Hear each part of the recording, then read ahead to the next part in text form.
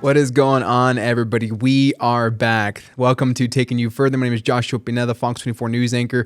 I know it's been a minute since we've done Taking You Further. The Olympics took place these last couple of weeks, so unfortunately, because of that, we weren't able to do Taking You Further, but we should be back on a regular schedule now. Now, guys, we have a lot to get into because a lot happened over the last week, and I want to talk about a couple of topics that took place specifically in the last couple of days. The first being two Christian County Sheriff deputies were killed up there in Missouri. Guys, this kind of hits home for me because I used to work in this market. I worked in Springfield, and I worked closely with a lot of law enforcement, whether it was in Springfield, whether it was in Greene County, Christian County, Stone County. And this took place a few days ago. Two Christian County Sheriff deputies were killed trying to arrest a man after he initially killed one deputy, and then there was a 9-hour-long manhunt trying to get Richard Dean Byrd. It ended with another deputy being killed and two others wounded. Now, this kind of hits close to home, guys. I kind of want to talk about what took place with that, who was the suspect, and why this is. It's a pretty dark day, on the day that this took place for not only Christian County but for the entire state of Missouri. Now, one silver lining is the amount of support that I feel like the entire state of Missouri and even here in Arkansas, because we covered this on Fox 24 when this took place. And there's a lot of, worry about what took place, but there was also a lot of support and just, lots of thoughts and prayers that went out to the Christian County Sheriff's Office and specifically to the two men who gave their lives in the line of duty. And the other one being the death of El Mencho. If you don't know who El Mencho is, he was the leader of the Jalisco New Generation cartel, and he died on Sunday. And because of his death, his cartel took to the streets, taking cars, lighting them on fire, causing a lot of panic, causing a lot of worry in Mexico. And there was a lot of Americans who were stuck in Mexico, whether in Puerto Vallarta, Cancun, Tulum. I actually had a personal friend, a close friend, who was in Mexico when this took place, who received a text message from one of his friends saying, "Hey, check your phone. There's a lot of stuff going around where you're at." And it caused a lot of worry for him. So I actually got to do a Zoom interview with him. He is okay, by the way. His name's Jackson Ross.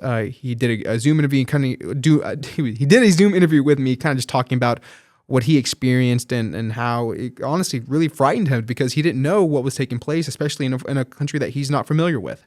And the last one is Story of the Week. Guys, one of my favorite segments here on Taking You Further. And this one is from Gabriella Phelan. I know Lauren Motley usually runs away with that, Story of the Week title, but this week it's Gabriella Phelan. She highlights a firefighter who is giving back in more ways than one, and it's not just, putting her life on the line, risking and being a firefighter, it's also giving back to her community as well. But guys, I want to start with a story from Missouri, Christian County Sheriff's deputies.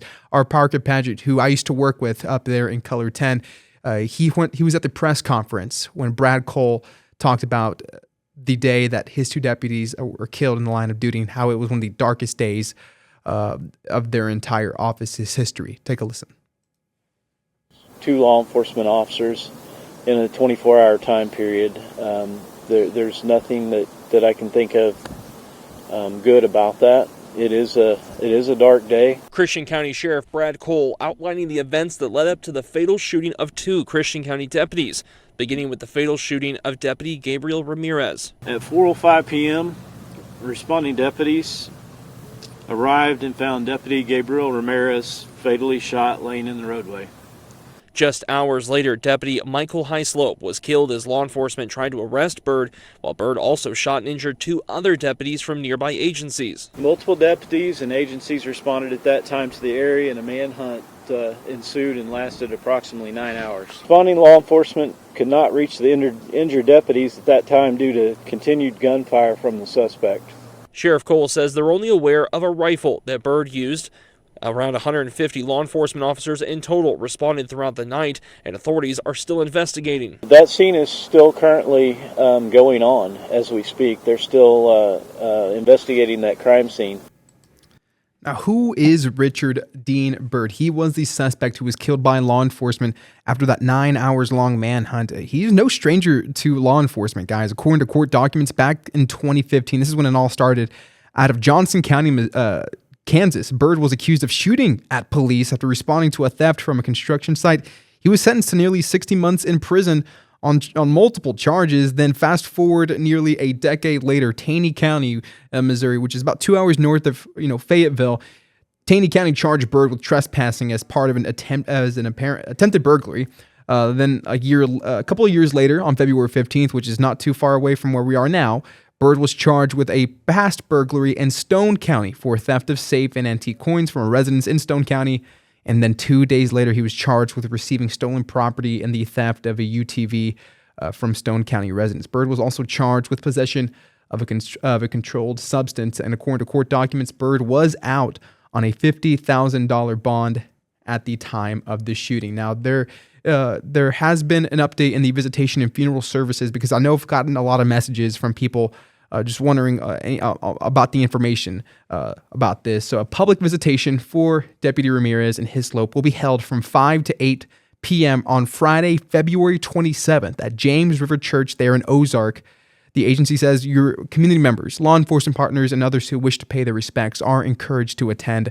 Guys, funeral services for both deputies are set for the next day, Saturday, February 28th at 1 p.m. That's also going to be at James River Church. The sheriff's office says the service will honor the deputies' lives and service. Now, honors will be rendered at the church immediately following the funeral. The agency says a law enforcement procession will then travel to Green Lawn Funeral Home in Ozark, and there will be no graveside service. Now, guys, this hit home for me because, again, I've worked alongside these law enforcement on stories, and I've never met those two gentlemen personally, but the fact that they're in law enforcement, the fact that they gave their lives trying to protect the people around them, my thoughts and prayers go out to their families, to the Christian County Sheriff's Office, and to the multiple agencies who assisted in that 9 hours long manhunt.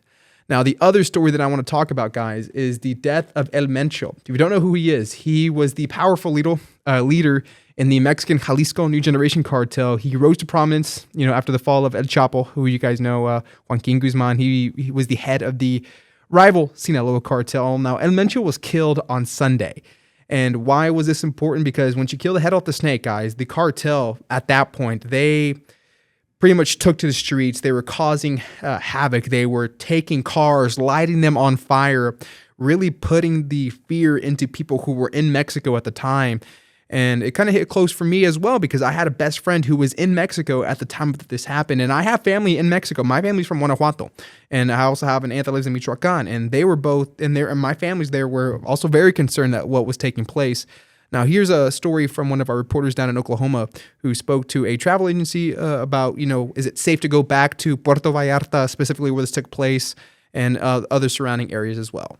We're really keeping eyes on Puerto Vallarta right now. Here's a look at the streets of Puerto Vallarta, Mexico, Monday after Sunday's chaos. Violence broke out across Mexico after the killing of Nemesio Cervantes, or El Mencho, leader of the powerful Jalisco New Generation cartel. You could hear them popping, and gas tanks were catching on fire, and then down the street another Ford were just set on fire, and then you could see smoke popping up all around the city. That Oklahoma man losing everything in his hotel except his wallet and passport.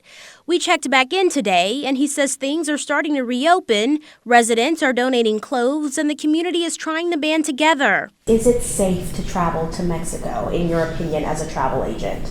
That is a really tough question to answer with a broad yes or no. Jessica Riediger, local travel agent at Vincent Vacation, says it depends on where you're going, as the U.S. Department of State has urged residents and travelers to continue sheltering in place. If you're going to an affected area, then you definitely need to reevaluate your travel plans, either by rebooking or changing to a different destination. We're really keeping eyes on Puerto Vallarta right now. If you're going to a different state in Mexico, for example, Cancun, Quintana Roo, Riviera Maya, Cozumel, that area is business as usual. Kids are in school in Cancun. Oklahoma congressional leaders say they're monitoring the situation and urge Oklahomans stuck to contact their offices for questions.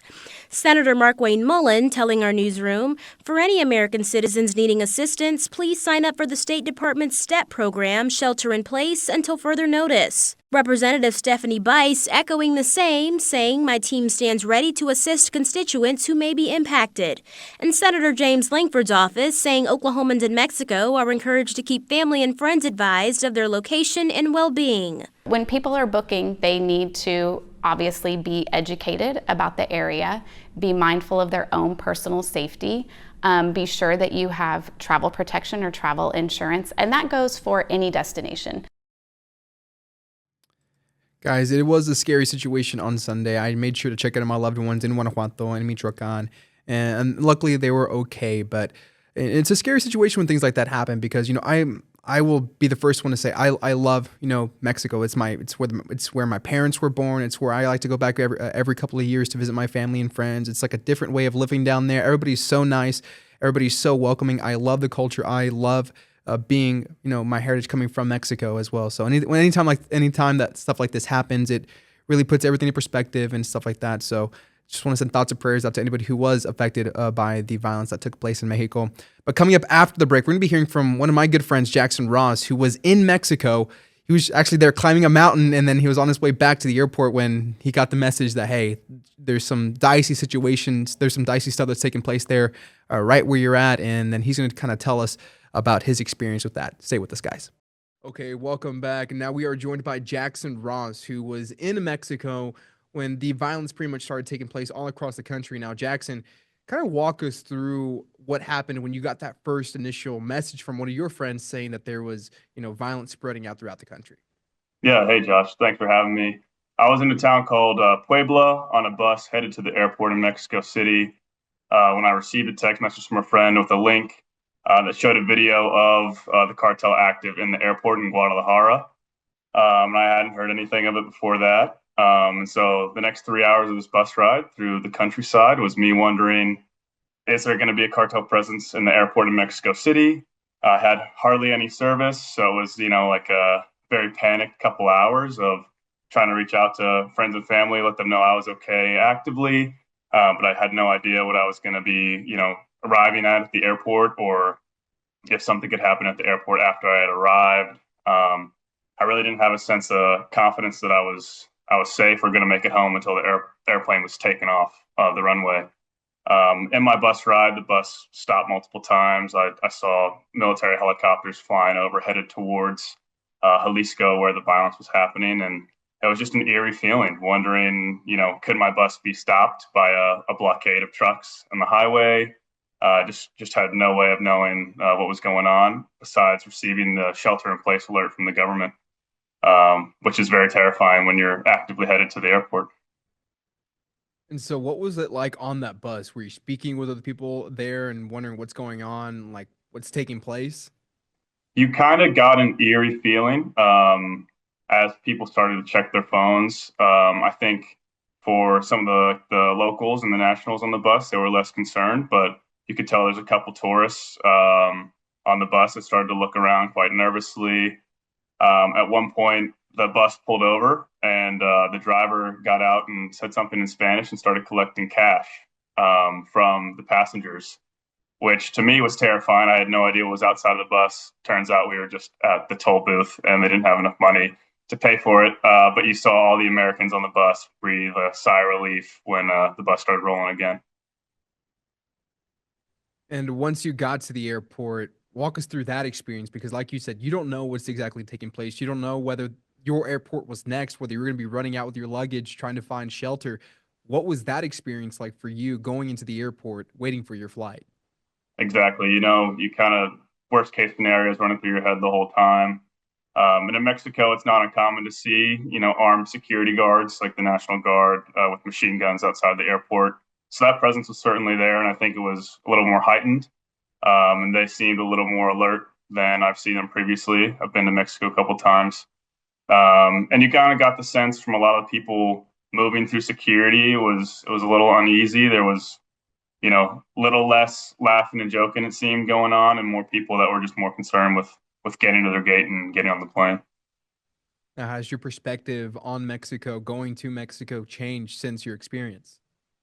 Honestly, no, it was more shocking than anything, just the contrast of the experience I had in the city. I was kind of out in the mountain towns, and I met some incredible people that were all incredibly kind, incredibly welcoming. I was in some pretty remote regions and never felt endangered or uncomfortable. And so for that to be able to happen in a country that was just so welcoming to me is jarring. Now, once you landed back in Dallas, correct? I think you were in Dallas. Did you read upon what was taking place? Do you know who El Mencho was? I had never heard of El Mencho beforehand, but you better believe that I was doing all the research I could, kind of on the bus in the airport. Which it was great to be informed, and I'm very thankful for my friend who kind of sent me the message to let me know what was going on. But it's a scary scene to be watching that stuff unfold live. Have no idea what's coming next, if it'll develop or if the worst is already past. So yeah, I've been really keeping up closely with everything that's going on down there, and hoping for the best for all the people in Mexico. It's one of those scary situations too, Jackson, because I have family down there in Mexico, and like yourself, I was checking in on my friends and checking in on my family, making sure that they were okay. It's one of those situations where you never hope that it happens, so close to your loved ones. When that whole situation went down, when you saw that military helicopter, kind of explain that feeling to me, because it's not something that you see every day. It's kind of a scary feeling, especially in a country that you don't go to as often or you consider your home. Yeah, it's a moment that you kind of realize that you maybe take some of that security for granted here in the United States. If you see a military helicopter, on an exercise here, it's kind of cool. It's a spectacle. It's just a training exercise. But for there, it was those soldiers on the helicopter were going towards real danger. And just the feeling of seeing that and not knowing how close or how far that danger was. It was shocking to see. And it was a nerve-wracking experience, not knowing, the bus was stopping for a armed convoy of, Mexican police or, another faction. So. And you said when you got to the airport, you were kind of doing some, research and wondering whether the Jalisco New Generation cartel was operating in Mexico City. I'm curious, were there any flights that were canceled in your airport due to the violence?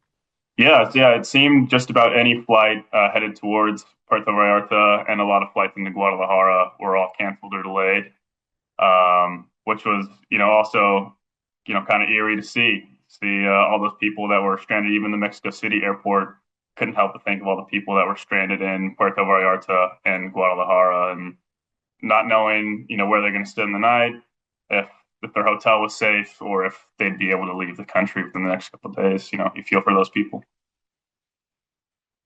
And safe to say it was a sign of relief to finally land in Dallas and kind of be back home and back in a place that you're familiar with. Yeah, it was. All right. Well, Jackson, that's all the time that we have here for this segment of Taking You Further. Coming up after the break, we're going to be doing our story of the week, one of my favorite segments here on Taking You Further. But Jackson, thank you so much for joining me here on Taking You Further. I'm glad you're safe, and I appreciate your time. Thank you. Yeah. Thank you, Jeff. All right, welcome back, everybody. To wrap up this episode of Taking You Further, our Gabriella Phelan spoke with a Garfield firefighter who is combining fitness and service in hopes of raising money for families facing childhood cancer. Her name is Mackenzie Biswell, a firefighter and paramedic with the Northeast Benton County Fire Department. She's entered the Miss Health and Fitness competition to raise awareness and funds for children facing critical illnesses. Guys, I cannot wait for you guys to hear this story. Here it is. For Mackenzie Biswell, a firefighter and paramedic in Benton County, the calling to serve stays with her long after her year is hung up. I don't feel like this job is for everybody. I honestly feel like it's a calling that God puts on our lives, and I feel like it's mine. 60 hours a week, you'll find Mackenzie here at Northeast Benton County Fire Department. She works 48 hours on the ambulance, then another 12 on the truck. I want to be the firefighter paramedic that I would want for my family. I want to show up and be that confident provider, that confident firefighter that people are relieved to see show up. The calls are intense, sometimes downright heartbreaking. As first responders, we're trained to stay calm. But when the tones drop and the gear goes on,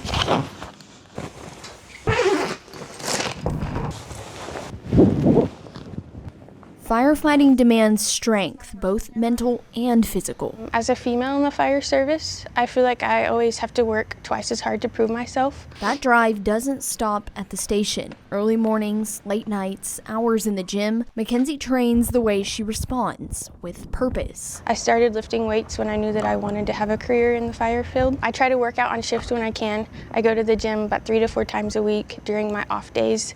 I start very early mornings. Sometimes I'm in the gym at 4 o'clock before my shift starts. If I'm on shift, I just try to get that in whenever I can. That discipline now leading her to step on the national stage as a competitor in the Miss Health and Fitness competition. It's an opportunity for me to combine the two things that I'm most passionate about. Even as she looks to take home a win, she's not doing it for the title. Mackenzie is putting service over self, as the platform allows her to raise awareness and funds for families of children battling cancer. When a child is critically ill, especially with something like cancer, the emotional weight is heavier. You're not just treating a patient, but you're also trying to comfort the parents. So that's part of why supporting organizations like the Andrew McDonough B+ Foundation matters to me, because the fight doesn't end when we clear the scene. Now, if you guys want to help out Mackenzie in her journey, you can go to our website, fox24news.tv, and click on this story. A Garfield firefighter enters fitness contest to raise money for childhood cancer. And you can vote down here for the top 5 in the Miss Health and Fitness competition. It actually ends today, right now, February 26th.